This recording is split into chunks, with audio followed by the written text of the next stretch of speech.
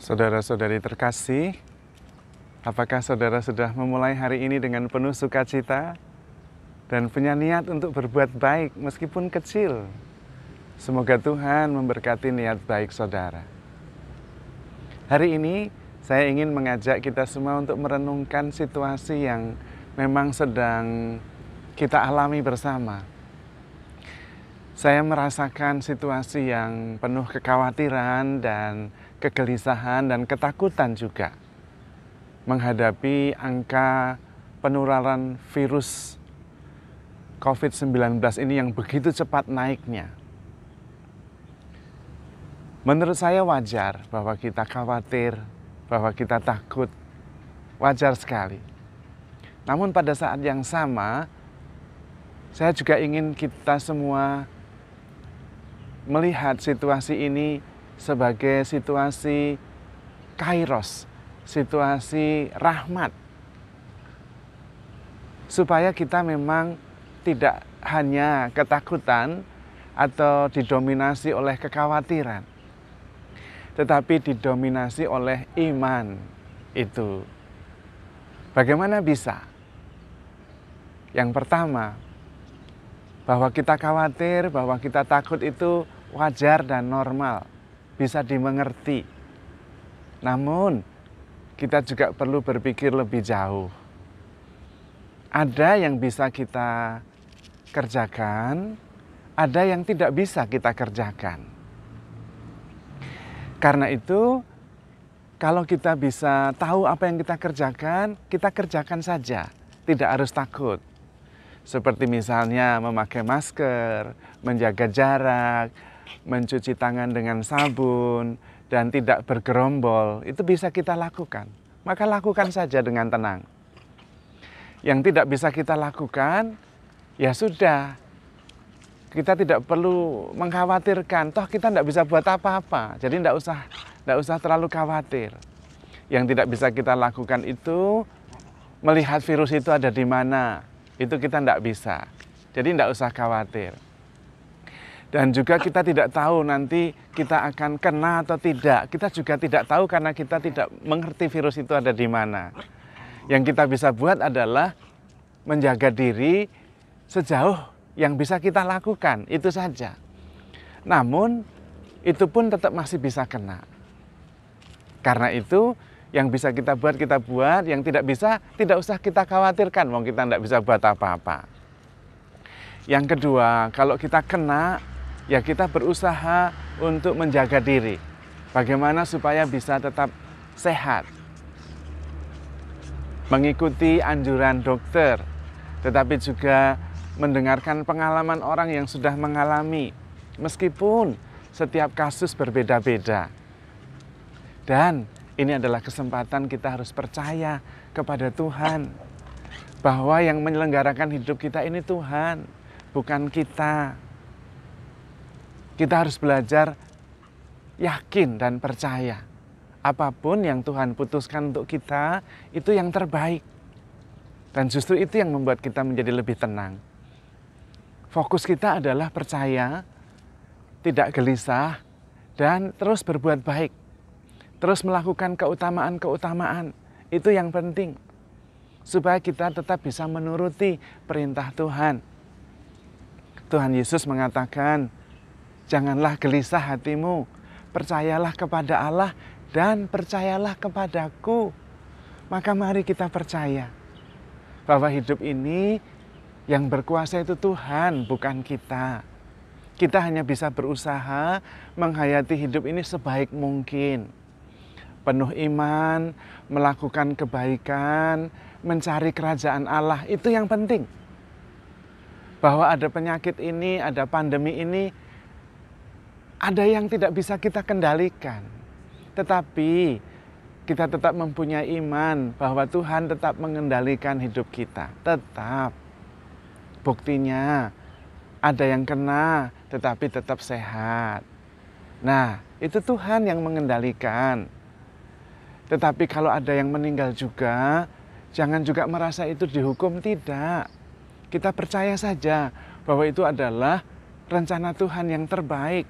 Dibebaskan dari penyakit, ada di dalam tangan Tuhan yang begitu bijaksana, yang selalu memberikan yang terbaik, hidup dalam kepenuhan, dalam sukacita, dalam kebahagiaan yang sempurna justru. Belum tentu kalau tidak di tangan Tuhan bisa lebih baik.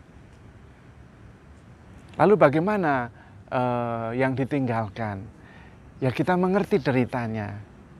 Tetapi sekali lagi kalau kita punya iman kepada Tuhan, kita tetap yakin bahwa kita hidup yang ditinggalkan di dunia ini tetap ada di tangan Tuhan. Yang perlu kita lakukan adalah yang bisa kita lakukan, yaitu melakukan yang terbaik yang kita bisa.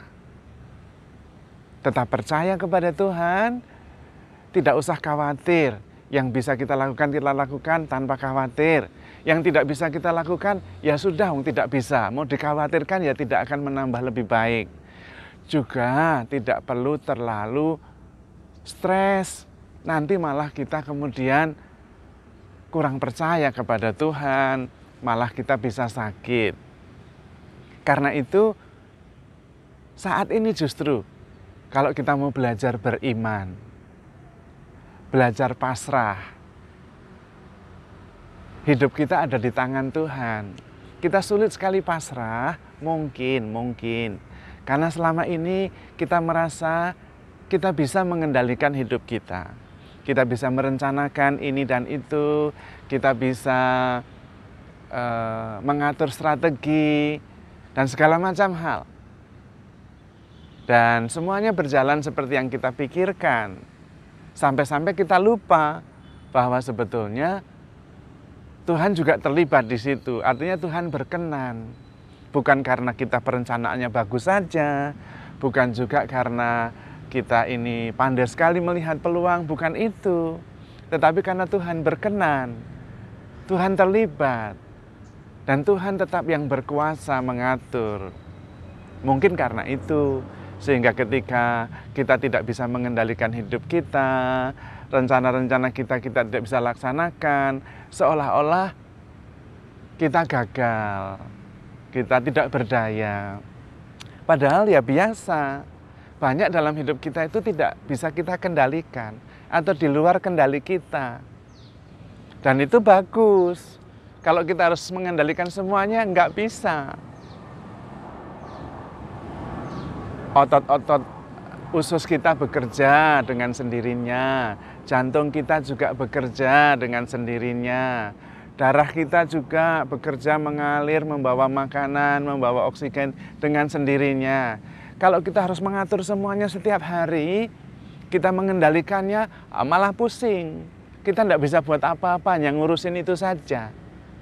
Dan itu sudah biasa, bahwa hidup kita itu ada di tangan Tuhan. Hanya kita diberi kepercayaan untuk melakukan apa yang kita bisa. Dan mari kita lakukan yang kita bisa itu sebaik-baiknya. Menjaga diri sebaik-baiknya. Memilih makanan sebaik-baiknya, seperlunya, secukupnya. Olahraga ringan supaya kita tetap sehat dan fit.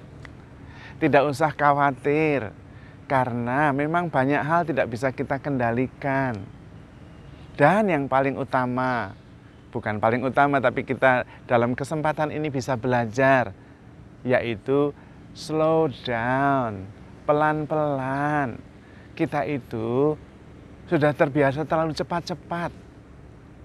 Semuanya mau serba cepat, apalagi dengan teknologi yang serba maju, semuanya serba cepat. Seolah-olah kita itu tergesa-gesa terus. Tenang-tenang, saat ini justru kita diberi kesempatan untuk bisa menemukan keindahan dan kebaikan di dalam semuanya. Termasuk di dalam masa pandemi ini. Kalau kita bisa menemukannya, tidak masalah. Yang paling penting adalah kita belajar bagaimana kita bisa menghasilkan kebahagiaan dalam kondisi apapun. Itu yang perlu kita pelajari.